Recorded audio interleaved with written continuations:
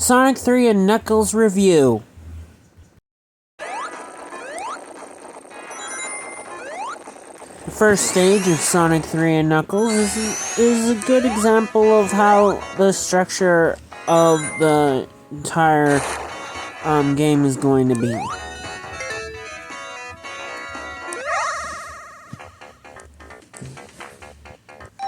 Where you go through the game and go through bonus stages, and it's just a simple, easy to understand level. It is the best. I still think Emerald Island is the best showing. Green Hill was a disappointment because it's the only good stage of Sonic 1, but at least this wasn't disappointing.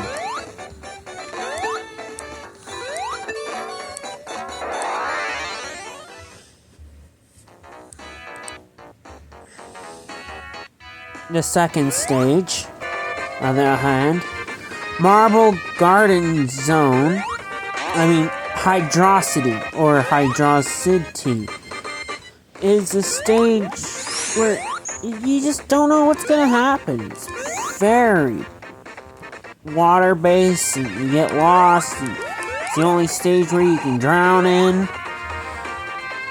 An underground water basin, it's just not fun. It's the only one that has lots of waiting sections too. It is the worst of the Sonic and Knuckles stages, in my own humble opinion. You're either in water, about to drown, or doing a lot of waiting.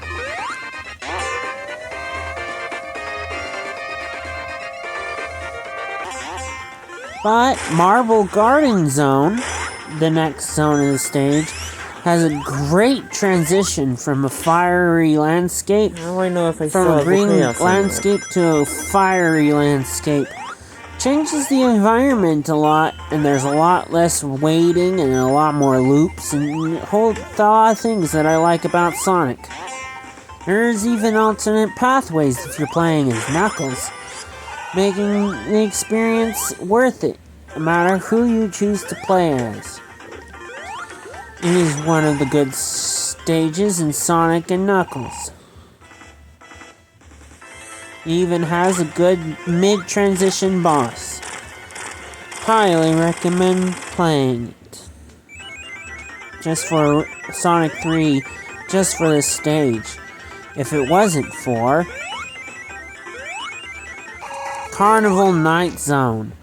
I've already collected all the Chaos Emeralds by the time I got to Carnival Night, but that did not help this one particular section that anybody who plays Sonic 3 and Knuckles, or Sonic and Knuckles, will understand. You'll see.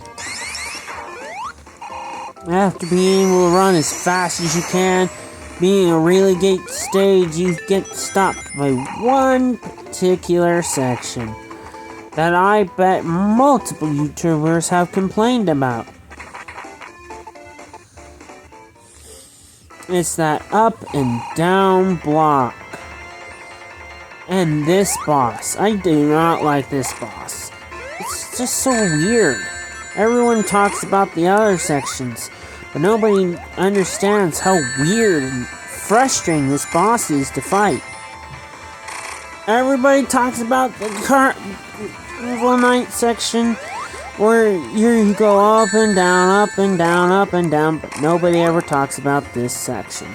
But what makes it good about this section is after this section, you do this part.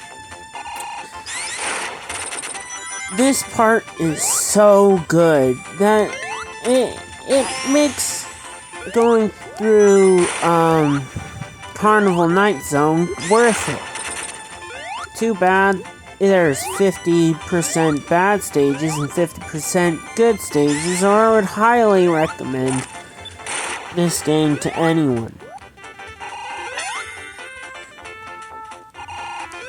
It just feels so much better sliding down mountains, climbing up hills, going as fast as you possibly can.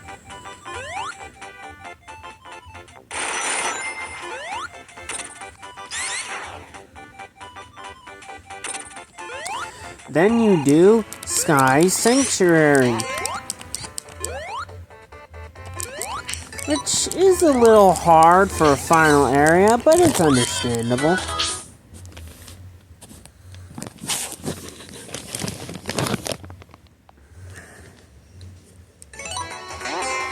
As a final area of Sonic and Knuckles, I kind of like this level.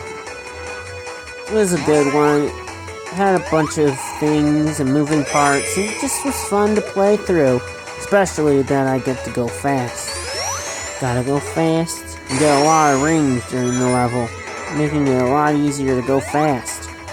Because you gotta go fast. You gotta go faster, faster, faster, faster. Making Sonic and Knuckles a pretty good game overall.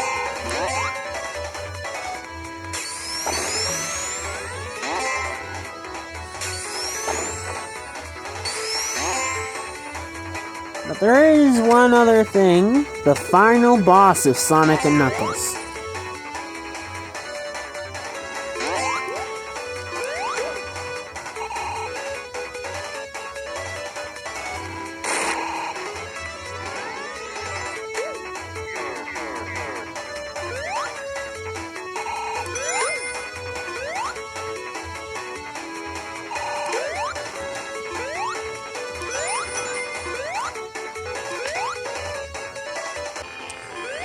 The final boss of the Sonic and Knuckles it's alright. Which you could have more rings, but you pretty much ride in a spaceship thing taking away all your rings, so you have to do the fight without any rings. So it's quite frustrating. Besides that, the entire boss fight is actually quite good. So it gets a good score of an 8 out of 10. Overall experience. Thank you for listening to my review. I hope you like and subscribe.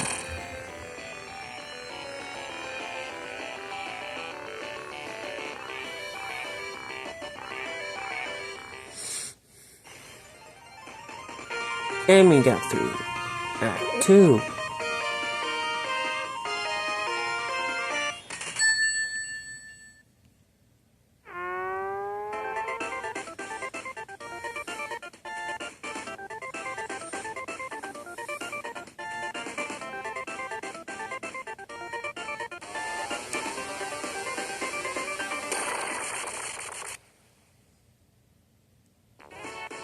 Which starts Knuckles.